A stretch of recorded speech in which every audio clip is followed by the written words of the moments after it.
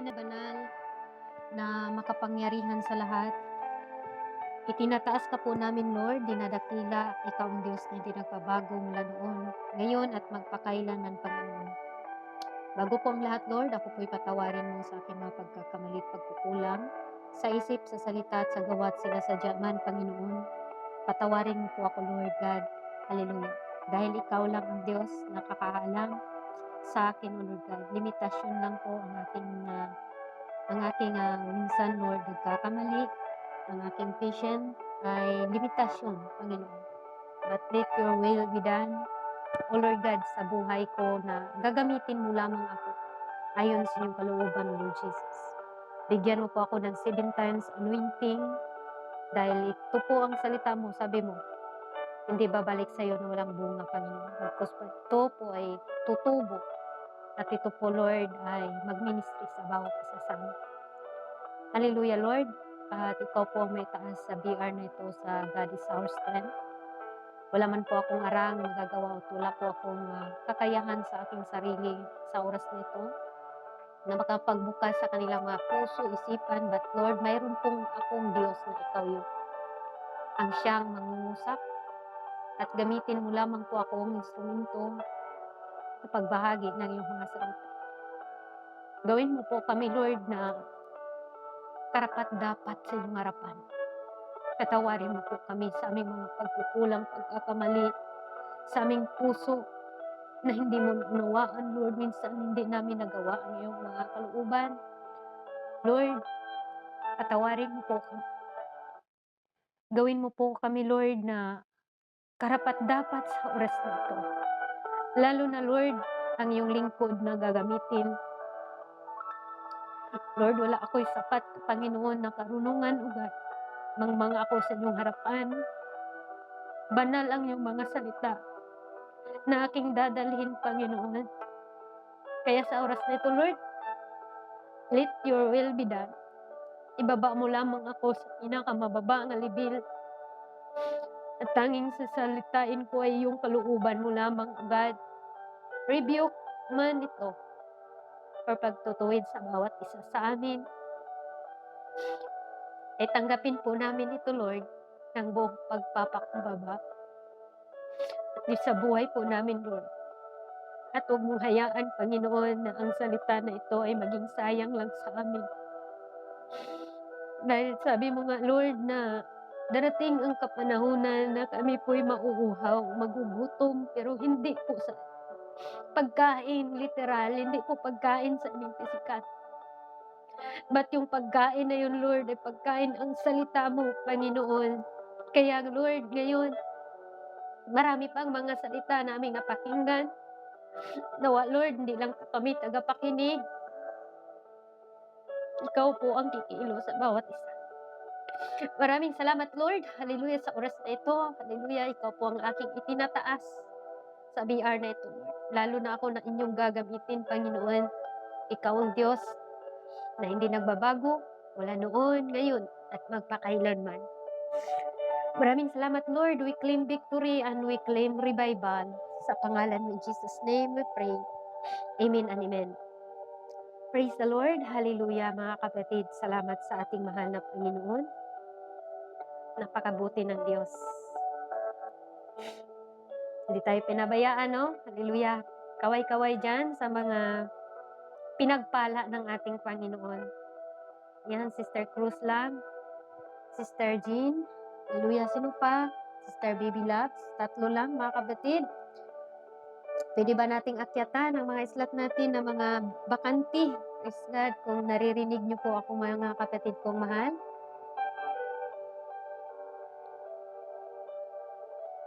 Siguro busy yung iba, no? Okay, salamat po, Brother Mo, and God bless po sa ating lahat. Praise God, hallelujah. Ang yung topic po natin, mga kapatid, ay tinatapikan po natin ito ng expectation and reality, mga kapatid. Hallelujah, marami tayong expectation sa buhay at nag-expect tayo, literal muna ng mga example, mga kapatid. Nag-expect tayo na yung ating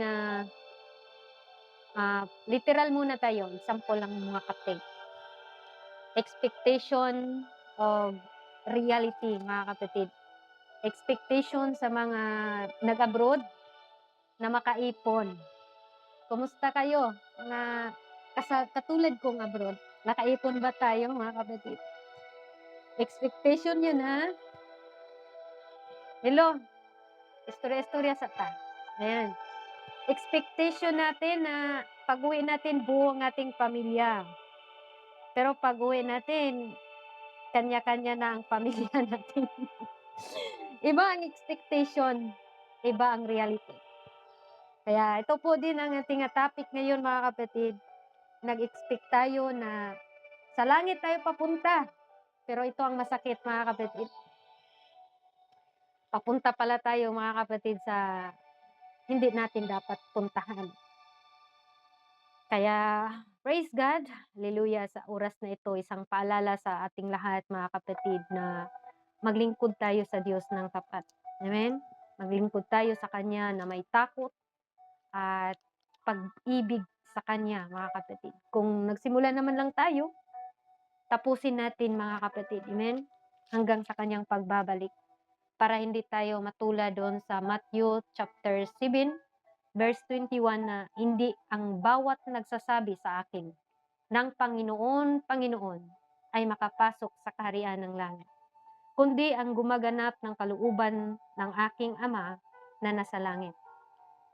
Marami niyang nagsasabi sa akin sa araw na yaon, Panginoon, Panginoon, hindi baga kami nagsipanghula kami sa inyong pangalan, at sa pangalan nagpalayas kami ng mga demonyo, at sa pangalan mo'y nagsigawa kami ng karamihang gawang makapangyarihan. No?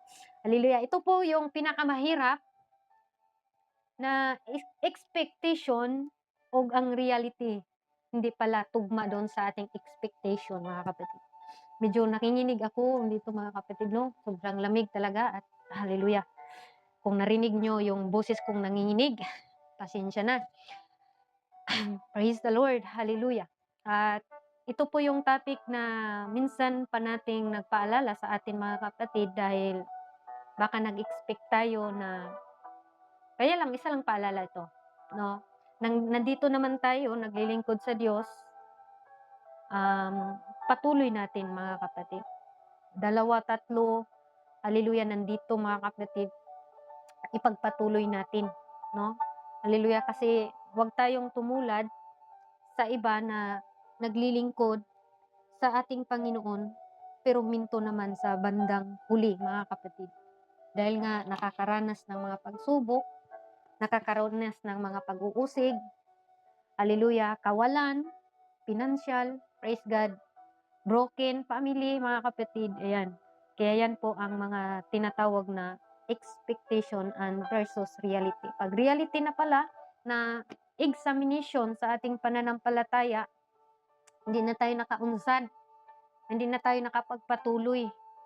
At ang masakit pa doon, pati ang ating Panginoon, pinagpalit natin sa mga wala namang kasaysayan o wala namang kabuluhang mga ginagawa sa atin nung tayo po hindi pa nanampalataya, mga kapatid. Hallelujah. Kaya expectation and Bible meaning, strong belief that something will it happen, mga kapatid. Strong, tawag dito ng mga kapatid, strong belief that something will happen. Mayroon tayong na hinahawakan na mangyayari, mga kapatid. The Bible show a constant tension between human expectation and divine reality. Ito po isang tinatawag, mga kapatid, na pagtuturo dito po sa ating nakuha na verse, mga kapatid, is expectation. Kung magsabi tayo na expectation, ay sabi nga sa Isaiah, mga kapatid, sa ating key verse, praise the Lord, sapagkat ang aking pag-isip ay hindi ninyo mga pag-iisip, o ang inyo mga lakad ay aking mga lakad, sabi ng Panginoon. Sapagkat kung paano ang langit ay lalong mataas kaysa lupa, gayon din ang lakad ng Gayon din ang lakad ay lalong mataas kaysa inyong mga lakad, at ang aking mga pag-isip kaysa inyong pag-iisip. Ito po mga kapatid ang tinatawag na meron tayong inaakala, meron tayong mga plano, pero sa huli hindi pala natutupad yung mga plano natin. Praise God, dahil nga ang expectation natin hindi po din yun ang reality na gusto ng Panginoon mangyayari sa ating mga buhay. Amen? Hallelujah. Kaya praise the Lord. Sabi nga niya sa Second Corinthians, mga kapatid, Second Corinthians chapter 1. Basahin ko muna to, introduction tayo mga kapatid. Chapter 1 verse 20. Ang sabi niya doon mga kapatid, sapagkat maging gaano man ang mga pangako ng Diyos ay nasa Kanya ang oo, kaya nga naman nasa Kanya ang siya nawa sa ikaluwalhati ng Diyos sa pamagitan namin. Amen? Praise God, hallelujah. Ito po yung tinatawag na ang tao, maraming expectation mga kapatid. But, ang mangyayari talaga yung reality or yung kalooban ng Panginoon mga kapatid. Kaya ang Isaiah mga kapatid, isa po itong sulat na isang propeta na inuutusan din ng ating mahal na Panginoon mga kapatid. Kaya binigyan tayo ng example doon sa number 10, sapagkat kung paano ang ulan ay lumagpak sa mga nibi or sa nibi ay mula sa langit at hindi bumalik doon, kundi dinidilig ang lupa at pinagsisibulan ng pinatutubuang mga halaman at nagbibigay ng binhi sa naghahasik at pagkain na mga ngain. Itong ulan, mga kapatid, or di ba? Hallelujah, yung example muna tayo mga kapatid. Sabi nga niya doon mga kapatid, kung paano ang ulan ay lumagpak sa nibi or mula sa langit ay hindi bumabalik doon. Pero yung lumagpak na yun na ulan mga kapatid, dumidilig po sa tinatawag na lupa. Kung ikaw ay may tanim na mga halaman or pagkain palay mga kapatid, ay nadidiligan yun mga kapatid at tutubo po yung mga hinahasik natin na yung tinatawag mga kapatid na mga liso. Praise God, hallelujah. Yun po ang dahilan na magbunga. Tutubo sila mga kapatid. Hallelujah. Sa verse 10 mga kapatid, makikita po natin na talagang hindi sayang yung ulan na nabuhos sa lupa or na tinatawag mga kapatid na lumagpak. Amen? Hallelujah. Dahil nakakatulong yun sa mga tanim natin. Amen? Kung may tanim tayo na mga gulay, ano pang mga tanim natin mga kapatid ay tinatawag na magbubunga dahil sa ulan na yun mga kapatid. Problema kung walang ulan, di ba? Kaya yung iba mga kapatid, pag may mga tanim, gusto nila na, Lord, paulanin mo na Lord, di ba? Dati sa amin, magsasaka po yung pamilya ko mga kapatid. May ulan, walang ulan po, 3 months, 3 months yun, kumuha yung papa ko mga kapatid ng tubig, no? At binibisa nila yung mga tanong kasi naglaya na ba? Year of 2000, ano yun mga kapatid, kung hindi ako nagkakamali, parang 2002. Maliit pa kasi ako nung time na yun, no? Hindi talaga mabubuhay ang mga halaman mga kapatid pag hindi uulan at walang tubig. Hallelujah. Kaya ganun din po sa ating paglilingkod or dito po mga kapatid, sa number 11 muna tayo, maging ganun din ang salita ng ating Panginoon. Hindi na lumabas sa bibig or sa bibig ng ating Panginoon. Sabi niya doon, hindi babalik sa akin na walang bunga, kundi gaganap ng kinalulugdan ko at giginhawa sa bagay na aking pinagsuguan. Ibig sabihin, dito mga kapatid, na hindi walang kabuluhan yung ating pakikinig sa salita ng Diyos. Dahil nakikinig tayo, yes, sabihin mo na hindi man to nagpapagamit, pero hindi natin alam na ginagamit na siya sa kanyang pamilya. Hindi na natin alam na Meron na siyang naipon mga kapatid na mga verses at nasusulat mga kapatid. Kaya wag po tayong mag-expect na yung mga taong hindi na sila naglingkod sa Diyos or tagapakinig lang, na wala po yan silang alam mga kapatid. Ang reality, mas magaling pa pala sila sa atin or sa mga nanghahayo, no? Hallelujah. Kaya expectation versus reality, kung sino man ang mga ginagamit ng Panginoon, hallelujah, ay gagamitin talaga yan sila. Kasi nagbubunga yun mga kapatid. Kaya maging gayon din ang aking mga salita na lumalabas sa bibig ko, hindi babalik sa akin na walang bunga, kundi gaganap ng kinalulugdan ko at giginhawa sa bagay na aking pinagsuguan. Yan po ang tinatawag mga kapatid na walang masayang. Walang masayang sa mga salita ng ating Panginoon. Minsan sinayang ka man, hindi ka man pinaglaban. Sino ditong hindi pinaglaban? Pero sa Panginoon mga kapatid, pinaglaban tayo. Tama? Hallelujah, parang wala kayong imik dyan mga kapatid. Nandyan pa ba ako? Or palubat kasi yung cellphone ko mga kapatid. Kaway-kaway muna kayo mga kapatid. Brother mo, ah. Oh, sige, sige. Oh, makinig lang kayo diyan kasi akala ko kasi wala ng tao dito, eh. Palubat pa naman ako, naka-charge kasi yung cellphone ko malayo at hindi ko kayo tinitingnan diyan. Siplatan rin ta mong gamay. Padayon ra ta, sige. Expectation of, reality mga kapatid.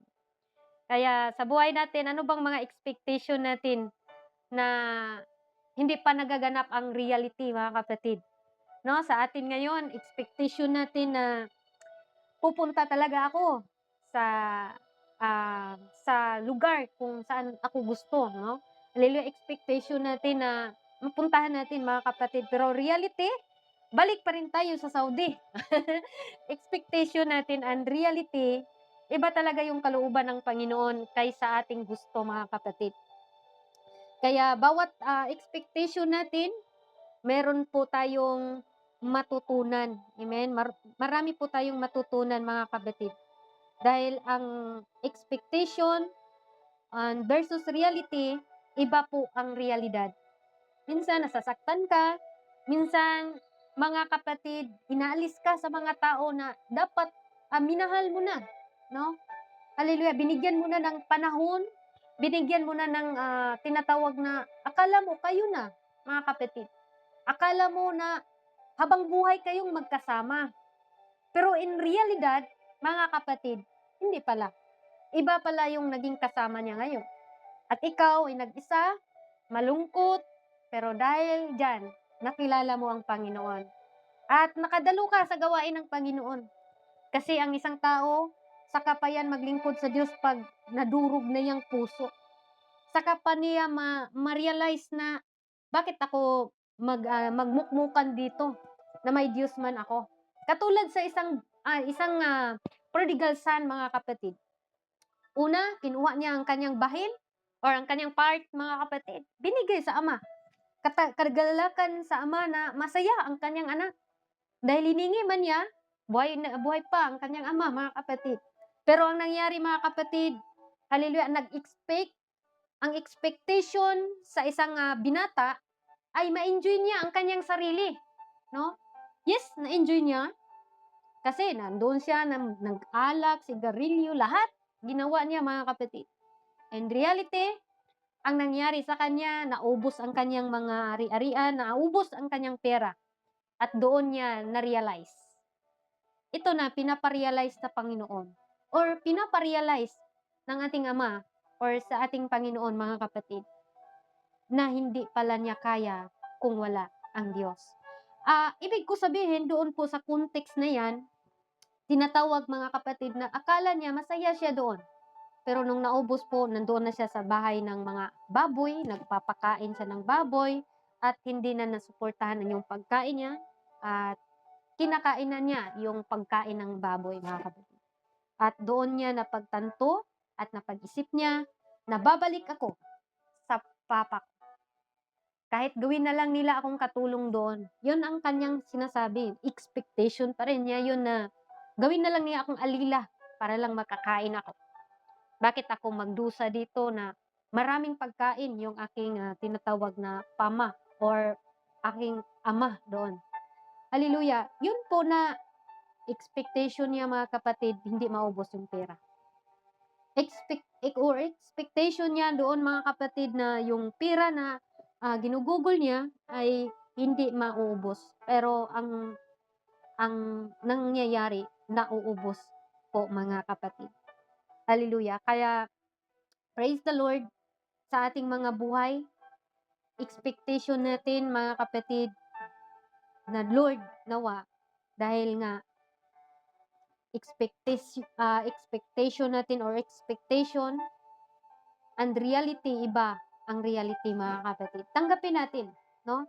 Hallelujah. Kung nag-expect ka sa 2026 na mas gagamitin ka pa ng Panginoon, magpagamit tayo, no? Hallelujah. Ang realidad, na backslide pala tayo. Bumalik tayo doon sa makamundo. Hindi po yun maganda, mga kapatid. Kaya gusto natin, mga kapatid, na hallelujah, makapagpatuloy hanggang sa kanyang pagbabalik. Yan po talaga ang nais nating lahat. Hallelujah, hanggang sa kanyang pagbabalik, mga kapatid. Hallelujah. Dito po tayo, mga kapatid, sa divine sovereignty and human plans, mga kapatid. Ang divine sovereignty, mga kapatid, or sovereignty ng ating Panginoon, iba, no? Hallelujah. Mababasa po natin yan sa Proverbs. Proverbs 19, verse 3. Tama ba ako? Or 21. Praise God. Ang pagkatakot sa Panginoon at patungo sa kabuhayan at ang nangagtatakilik noon ay tahatahang may kasiyahan. Hindi siya dadalawin sa kasamaan. Ito pong tinatawag na divine sovereignty ng ating Panginoon. Then, ang plano din sa mga tao, iba sa plano ni Lord, mga kapatid. Kaya sabi nga sa ating key verse na binabasa ngayon, ay tawag doon, mga kapatid, sapagkat ang aking mga pag-iisip ay hindi ninyo pag-iisip o ang inyong mga lakad ay aking mga lakad, sabi ng Panginoon. Ano pong nakukuha natin dito, mga kapatid?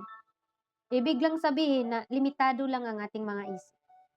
Limitado lang ating pasyensya, limitado lang tanan ng ating love, no? Limitado lang lahat ng ating mga ginagawa. Pag wala na tayo sa mood, wala na rin tayo sa gawain. Pag wala na tayo sa, mga kapatid, ganun po tayo. Pero sa Panginoon, mga kapatid, ang pag-iisip ay hindi ninyo pag-iisip. O ang inyong mga alakad ay aking mga lakad. Hallelujah. Your thoughts, mga kapatid, na sabi doon, hindi iniisip ng Diyos. Yung iniisip mo, hindi pag-iisip ng Panginoon. English lang pala yun. Hallelujah. Kaya iba ang pag-iisip ng Panginoon sa atin at iba din po yung pag-isip mo. Hallelujah. Sa ating lahat. Kaya sabi doon sa 9, sapagkat kung paano ang langit lalong mataas kaysa lupa, gayon ang aking mga lakad. Big sabihin doon, mga kapatid, na mas ang Panginoon po talaga ay nagbibigay sa atin ng tinatawag na explanation about sa pag-iisip. Huwag nating i-underestimate ang ating mahal na Panginoon sa buhay natin. Expectation mo na hindi ka na talaga magagamit, hindi ka na mababago. Expectation natin, mga kapatid, na nandun yung takot natin. Pero kung yung expectation mo na yan, huwag nating i-underestimate ang ating Panginoon. Expectation natin na tayo lang talaga yung mananampalataya. Hindi nakasali ang ating mga pamilya. Dahil sila ay nasa pansanlibutan, no? Ang pag-iisip mo ay hindi pag-iisip ng Panginoon. Hindi natin, malay natin, mga kapatid, na kikilos ang Panginoon sa ating pamilya. Kaya ipagpatuloy natin ang paglilingkod natin sa Panginoon. I-share natin ang goodness sa ating pamilya, mga kapatid. Huwag tayong matakot. Amen? Huwag tayong matakot na, hallelujah, i-share sa kanila ang mga salita ng ating Panginoon na siyang maging daan para sila po'y maligtas. Dahil ang pag-iisip mo, sabihin mo, ganito na talaga, mangyayari na yan, hindi na yan mangyayari. Sa Panginoon, mga kapatid, iba ang Diyos. Praise God. Hallelujah. Sabi doon, mga kapatid, sa ating tinatawag na hallelujah ay punto number 1, mga kapatid, trust God. Trust God. Trust in the Lord with all your heart and do not lean on your own understanding. Number 1, trust God. Kailangan lang natin pala na ipagkatiwala natin sa Panginoon lahat.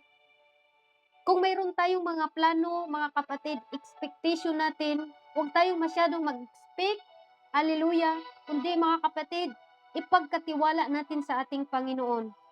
Dahil nga, ang mangyayari, kung nag-expect tayo, mga kapatid, ng masyado na talagang expectation natin na ganito ang mangyayari sa buhay ko, pag hindi nangyayari yon, nasasaktan tayo. Kaya yung mga tao dito na nakapag-meet, mga kapatid, sa online, ang expectation nila, magkikita sila in personal.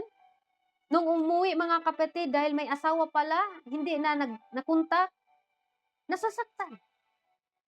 Sabihin na nila, mga kapatid, na hallelujah, ay sinungaling. Kasi is expectation man siya, or nag-expect man siya, mga kapatid. Hallelujah. Kaya sabi sa Proverbs, mga kapatid, chapter 3, mga kapatid, verse 5 to 6, tumiwala ka sa Panginoon ng buong mong puso at huwag kang manalig sa inyong sariling kaunawaan. Kilalanin mo siya sa lahat ng inyong mga lakad at kanyang ituturo ang inyong mga landas. Amen? Kailangan lang natin, mga kapatid, na magtiwala tayo sa ating Panginoon. Kung ano mang mangyayari, tanggapin. Mayroong mga bagay na kinuha ang Panginoon sa atin, tanggapin. Dahil siguro nilayo ka ni Lord doon para mas lalo ka pa niyang gamitin sa kanyang ministry. Hallelujah. Number 2 na points, mga kapatid, pray and surrender. Manalangin tayo and i-surrender natin sa ating Panginoon. Bring your heart to God in prayer.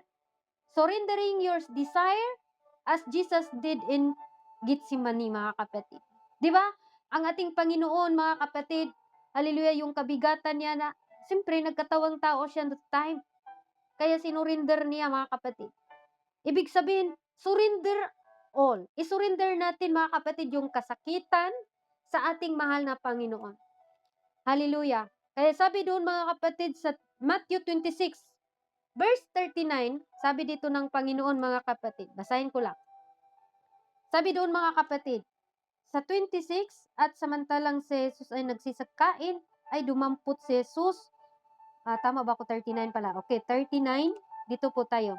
At lumakad siya sa dako, paroon siya ay nagpatira pa at nanalangin na nagsasabi, Ama ko, kung baga maaari ay lumampas sa akin ang sarong ito. Gayon may huwag ang ayon sa ibig ko, kundi ang inyong ibig na mangyayari. Ito pong tinatawag, mga kapatid, pray and surrender.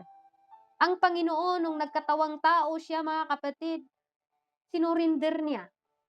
Ang sabi niya doon, mga kapatid, na hallelujah, na Lord, pwede ba kunin mo ito? No? Nagpatira pa siya at nanalangin na nagsasabi, Ama ko, kung baga maari, ay lumampas sa akin ang sarong ito, gayon may ang inyong ayon sa ibig ko, kundi ayon sa ibig mong mangyayari. Kaya pala, mga kapatid, para hindi tayo masasaktan sa ating mga expectation, ibigay natin sa Diyos. Pray and surrender, mga kapatid. Pray and surrender, mga kapatid.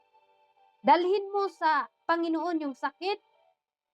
Dalhin mo sa Panginoon yung desire mo, like Jesus, mga kapatid. Dalhin natin itong mga desire natin, mga kapatid. Lord, yung desire ko, ito. Pero, let your will be done. Ibig sabihin, mga kapatid, hindi tayo mag-expect too much. Hindi tayo mag-expect na, ay, ito, nasasaktan ako dahil ang expectation ko, iba naman ang nangyayari, mga kapatid. Hallelujah. Pray and surrender, mga kapatid. Yan po ang point natin, number 2, mga kapatid. Number 3, mga kapatid, na punto, wait on the Lord. Hintayin natin ang kalooban ng Panginoon. Sa mga single, huwag munang magmamadali, no? Sabi pa nga sa kanta, magpaabot sa hinsaktong panahon, maghulat sa gitakdang panahon, dili lang magdali, kay ang Diyos ang mupili. Diba? Di tayo magmamadali. Tingnan nyo yung nagmamadali. Kawawa. Katulad sa amin, oh. Accept. Hallelujah. Dahil nagmamadali. Hindi kasi nagtiwala sa Diyos. Kaya wait on the Lord. Sa mga single dyan, hallelujah, hintayin nyo, mga kapatid. Masasabi nyo na iba pala ang Diyos pag siya ang pumili. Amen? Hallelujah. Iba ang Diyos pag pumili, mga kapatid. Kaya sabi doon sa number 3, wait on the Lord. Be patient for hope and defer, make the heart and sabi doon, mga kapatid, but desire fulfill is a tree of life. Ang Diyos tra. Amen? Hallelujah. Wait on the Lord. Hintayin natin ang Panginoon. Lord, kalooban mo ba to? Kasi kung pinipilit natin ang gusto natin at hindi gusto ng Diyos, maaring masasaktan tayo. Maaring, mga kapatid, hallelujah, ay nangdoon yung ating masasabi natin, hallelujah, na kaya tuloy ang nangyayari. Ang realidad ay hindi na tama. Kaya, una, trust God. Pangalawa, pray and surrender. Pangatlo, wait on the Lord. Kailangan natin ng patient, mga kapatid. Kung meron tayong nanaisin sa buhay, hallelujah, huwag tayong magmamadali. Hallelujah. Kung magmamadali ka, nagkabali-bali. Hallelujah. Kaya, pumili tayo ng tama na tao. Hindi yung tamang tao, mga kapatid, na nasasaktan ka na. Nandyan ka pa rin. Hallelujah. Praise God. Kasi gusto mo, pero hindi gusto ng Diyos. Maraming mga tao, mga kapatid, na ipinaglaban nila kahit hindi na sila ang pinaglaban. Hallelujah. Alam na natin na hindi na ikaw yung pinaglaban, bitawan mo na. Hallelujah. Para ang realidad, hallelujah, ay matanggap mo yung katotohanan na, Lord, let your will be done. Kaya kailangan natin, mga kapatid, wait on the Lord. Amen? Hintayin natin yung kalooban ng ating Panginoon. Hallelujah. Isurrender natin sa Kanyang lahat, mga kapatid. Kung gusto mo, hallelujah, mag-asawa ka na, or katulad sa mga single, wait on the Lord. Amen? Katulad tayo sa isang nagtatanim, mga kapatid. Diba, yung nagtatanim, mga kapatid, hinihintay niya kung kailan magbunga. Diba, yung mga palay dyan na nagtatanim. Hallelujah, masasabi mo na hinihintay natin kung kailan yan bubunga. Kailangan nating maghintay. Yes, mahabang process, pero worth it man din, mga kapatid. Marami ngayon na nakapag-asawa sila, napakaganda ng kanilang kasal. Pero in realidad, mga kapatid, amen, hallelujah, na kumbaga na, hallelujah, hindi pala kalooban ng Panginoon. Ang nangyari, nagkakahiwalay. Kaya, wait on the Lord. Kailangan nating patient. Limitado lang ang patient natin. Yes, limitado lang yung paghihintay natin. Kasi tayo, madali tayong mainip. Madali tayo kahit nga maghatid tayo or mayroon tayong hinihintay, mga kapatid. Naiinis tayo pag matagal. Kahit nga mayroon tayong sinachat, tapos ilang araw na hindi na nila binasa, mga kapatid. Dinidelete na lang natin. Ganun ang patient natin eh. Dinidelete natin, hindi mo pala yun nabasa. Pero sabihan ka, mga kapatid, nabasa ko man yun, pero hindi lang talaga ako nag-reply. Kaya, Kailangan pala yung mahaba na patient, mga kapatid. Sabi sa James chapter 7, mga kapatid, verse 5, doon po yung patient, about sa patient po ito, mga kapatid. Hallelujah. Sabi doon sa Santiago chapter 5, verse 7. Amen? Verse 7 to 11, mga kapatid. Tama ba ako? Okay. James chapter 5, verse 7. Praise God. Basahin ko po ito, mga kapatid, ha. Praise the Lord. James chapter 5, verse 7 to 11. Basahin ko po para po talaga maintindihan natin ng ano, mga kapatid. Sabi dito, mangagtiis nga kayo, mga kapatid, hanggang sa paparito ng Panginoon. Narito, inaasahan ng magsasaka ang mahalagang bunga ng lupa na may pagtitiis hanggang sa tanggapin ang ulan ng maaga at huli. Magtiis din naman kayo at patibayin ninyo ang inyong puso sapagkat paparito ng Panginoon ay malapit na.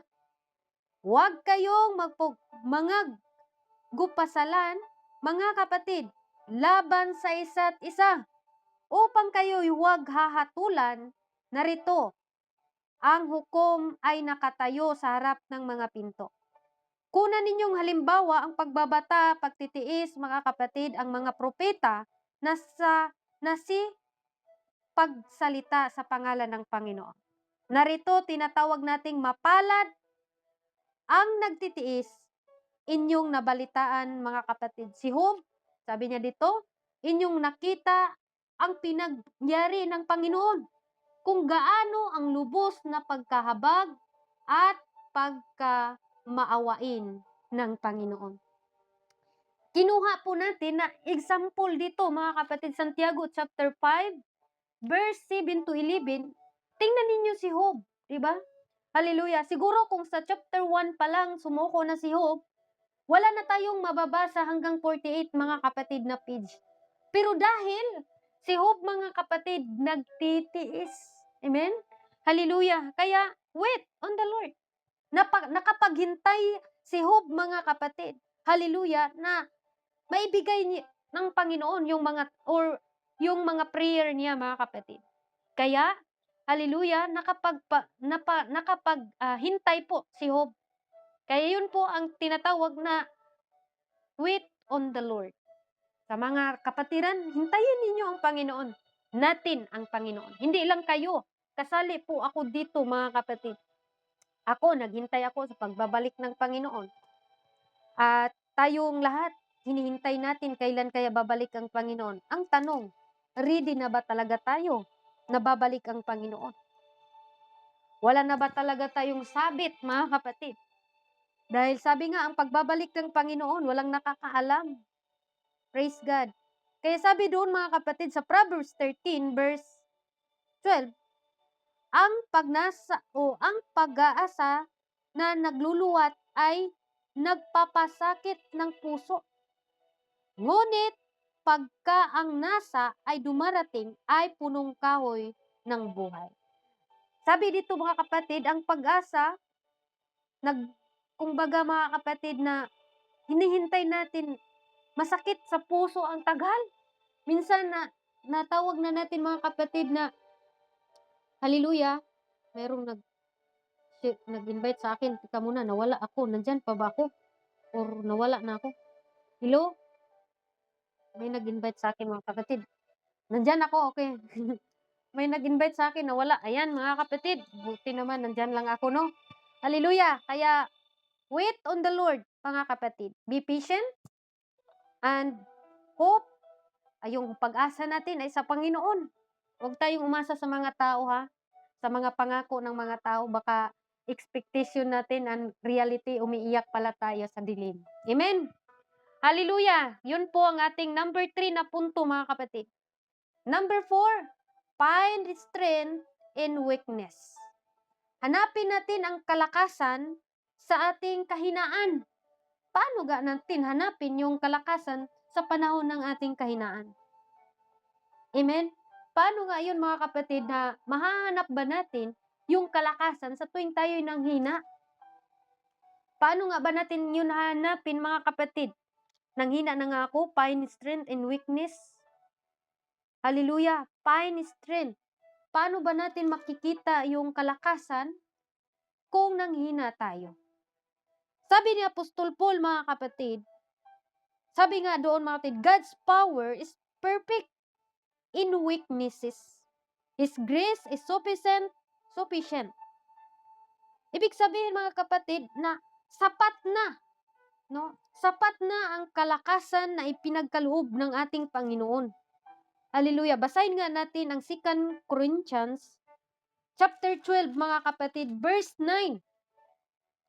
Ang sabi doon, mga kapatid, at siya'y nagsabi sa akin, ang aking biyaya ay sapat na sa inyo, sapagkat ang aking kapangyarihan ay nagiging sakdal sa kahinaan. Kaya't bagkus akong magmamapuri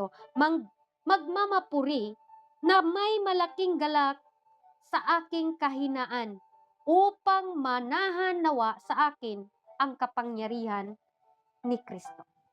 Amen? Find strength in weakness. Ano bang kahinaan natin, mga kapatid, na minsan sumuko tayo? Hanapin natin.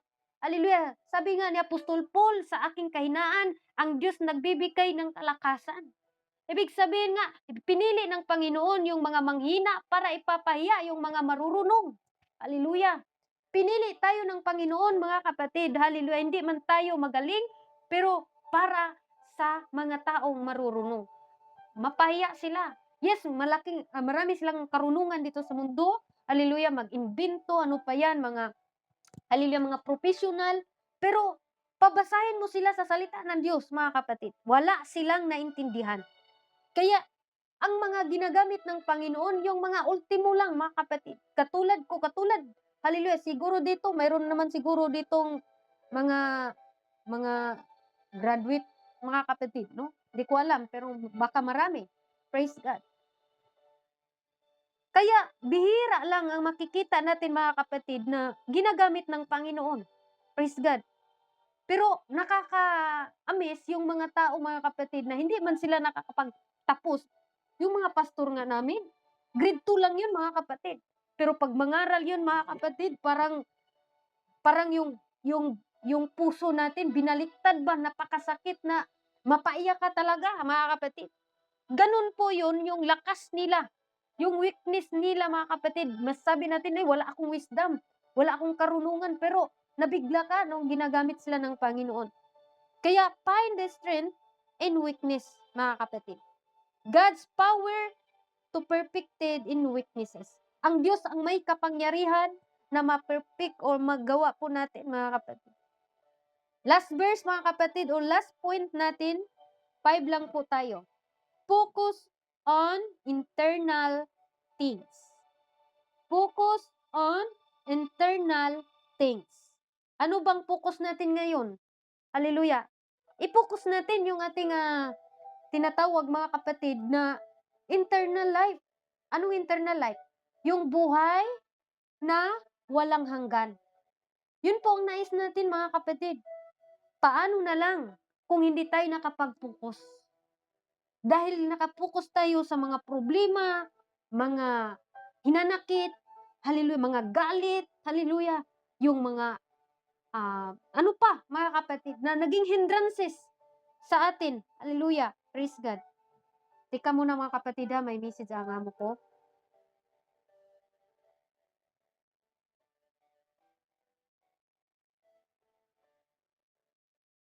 طيب يا جين خليني اشوف بابا بعدين تسيبوا بابا يطلع وانت تطلبيها. Amen, praise the Lord, hallelujah, pasensya, mga kapatid, amen, glory to God, hallelujah. Sabi doon, mga kapatid, nawala ako, hallelujah, focus on internal things. Hallelujah. Ano bang mga focus natin ngayon, mga kapatid? Internal life ba? Okay, basahin po natin. Dito po natin mababasa, mga kapatid, sa Matthew. Okay. Kilala nyo po ito at alam po natin ang context na ito, mga kapatid. Amen? Sabi doon, mga kapatid, sa Matthew chapter 6. chapter 6 verse 19, sabi dito, huwag kayong magtipon ng mga kayamanan sa lupa, na dito sumisira ang mga tanga at ang kalawang, at dito naghuhukay at nagsisipagnakaw ang magnanakaw. Kundi magtipon kayo ng mga kayamanan sa langit, na dooy hindi sumisira kahit ang tanga, kahit ang kalawang, at doon hindi nanghuhukay at hindi nagsisipagnakaw ang mga magnanakaw. Ito yung ating pukusan ngayon. Ano daw? Hallelujah, sa 21, sapagkat kung nasaan naroon ang inyong kayamanan, doon naman naroroon ang inyong puso. Kaya, anong meron sa atin ngayon na dapat nating pukusan? Focus on internal things, mga kapatid. Yung buhay, yung hindi na nanakaw, mga kapatid. Yung ating salvation, mga kapatid. Hallelujah, na yun po ang ating gagawin. Amen? Hallelujah. Huwag tayong mag-expect kung hindi naman tayo gumagawa sa ubasan ng Diyos na malangit ta, kung hindi naman tayo nanatili, nagtitiis hanggang sa kanyang pagbabalik. Baka isa tayo sabihan na hindi ko kayo kilala. Sino kayo, mga kapatid? Kaya focus on internal things. Amen? Hallelujah. Ito po yung tinatawag, mga kapatid, na ang Diyos po talaga ay merong karapatan sa ating mga buhay. Hallelujah, praise God. Kaya sabi sa ating keepers, mga kapatid, sapagkat ang aking pag-isip ay hindi ninyo pag-isip, o ang inyong mga lakad ay aking mga lakad, sabi ng Panginoon. Hallelujah. Kaya mga kapatid, kung tayo man ay nagtiwala sa Panginoon, trust in the Lord with all your heart, dahil sabi nga niya, mga kapatid, magiging gayon ang aking salita na lumalabas sa bibig ko, hindi babalik sa akin na walang bunga, kundi gaganap ng kinalulugdan ko at giginhawa sa bagay na aking pinagsusubuan. Sabihin natin, mga kapatid, na hallelujah, ganun ang salita ng Diyos. Kung gusto ng Diyos pagpalain tayo, pagpalain tayo. Kailangan lang nating mai-apply yung 5 punto na ito. Trust God, pray and surrender, mga kapatid, and wait on the Lord, and find strength in weakness. And focus on internal things, mga kapatid. I-redirect tayo sa ating Panginoon. I-redirect tayo, mga kapatid, sa pamagitan ng mga masasakit na mga pamaraan. Hallelujah. Kinukurik tayo sa Panginoon sa pamagitan ng masasakit na pagkoriksyon, okay lang. Huwag kang magtampo sa Diyos.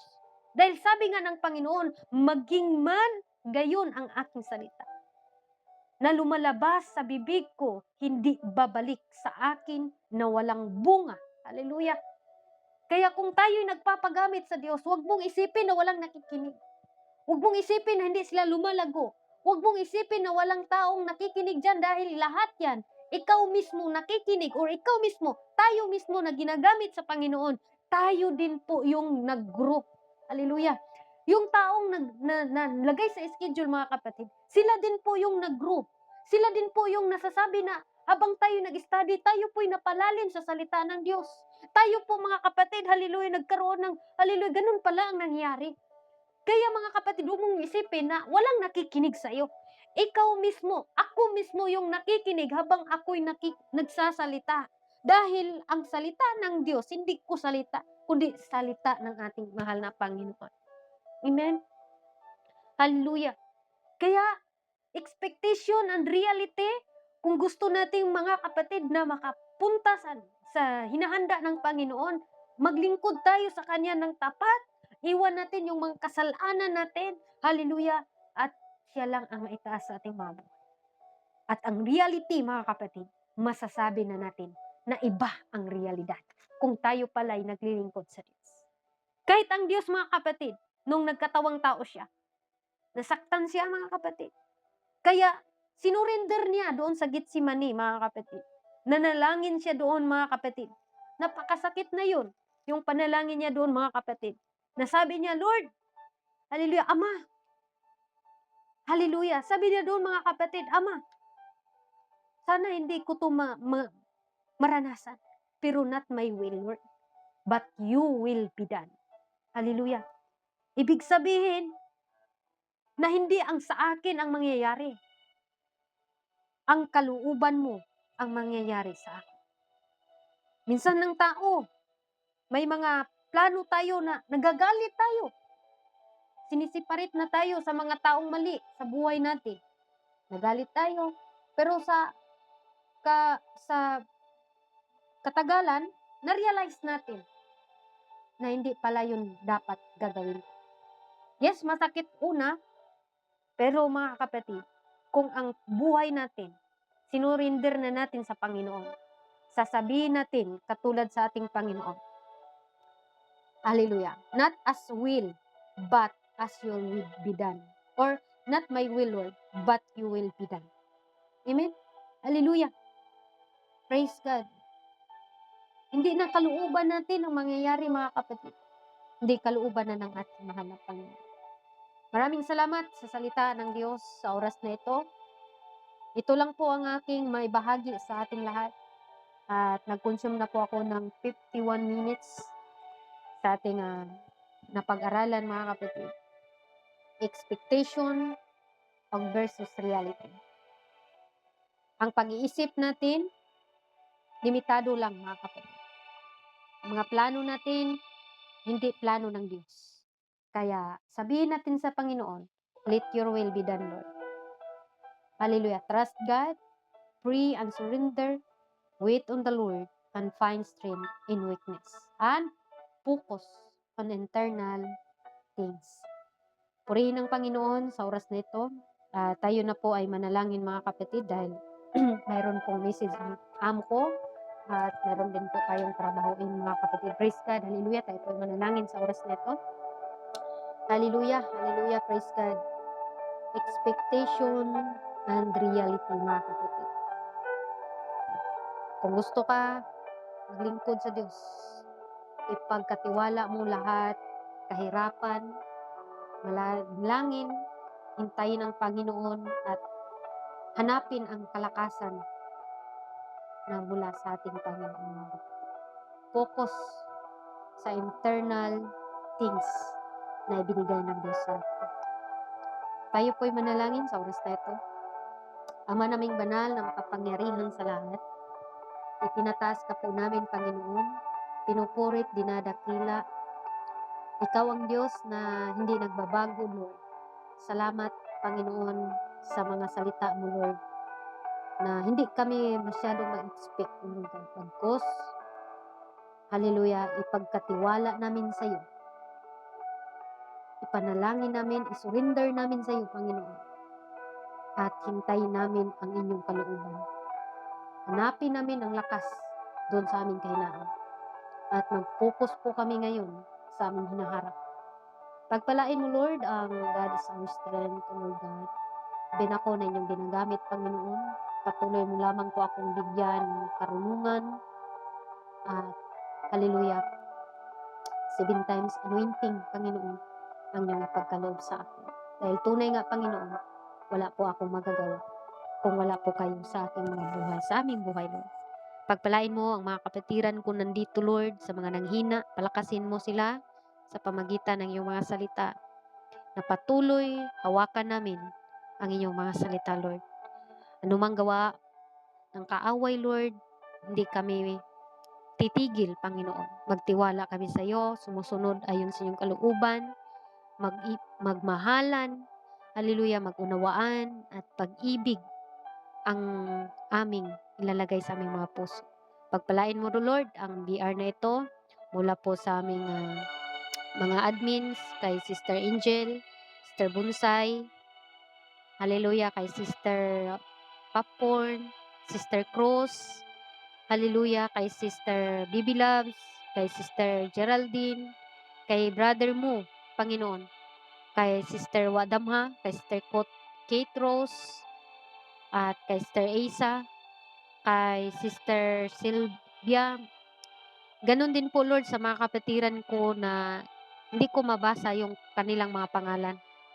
Patuloy mo silang pagpalain, Lord. Ingatan sa kanilang mga trabaho, ilayo sa mga disgrasya, at nawa, Panginoon, hanggang sa iyong pagbabalik, dala namin ang iyong mga salita. Maraming salamat, Lord, sa iyo ang pinakamataas na papuri sa oras na ito. Sa iyong nag-iisang pangalan, naming Diyos na tagapagligtas.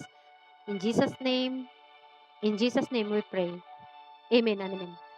To God be all the glory, mga kapatid. At ibabalik ko po sa ating insert. God bless us all. I love you. With the love of the Lord.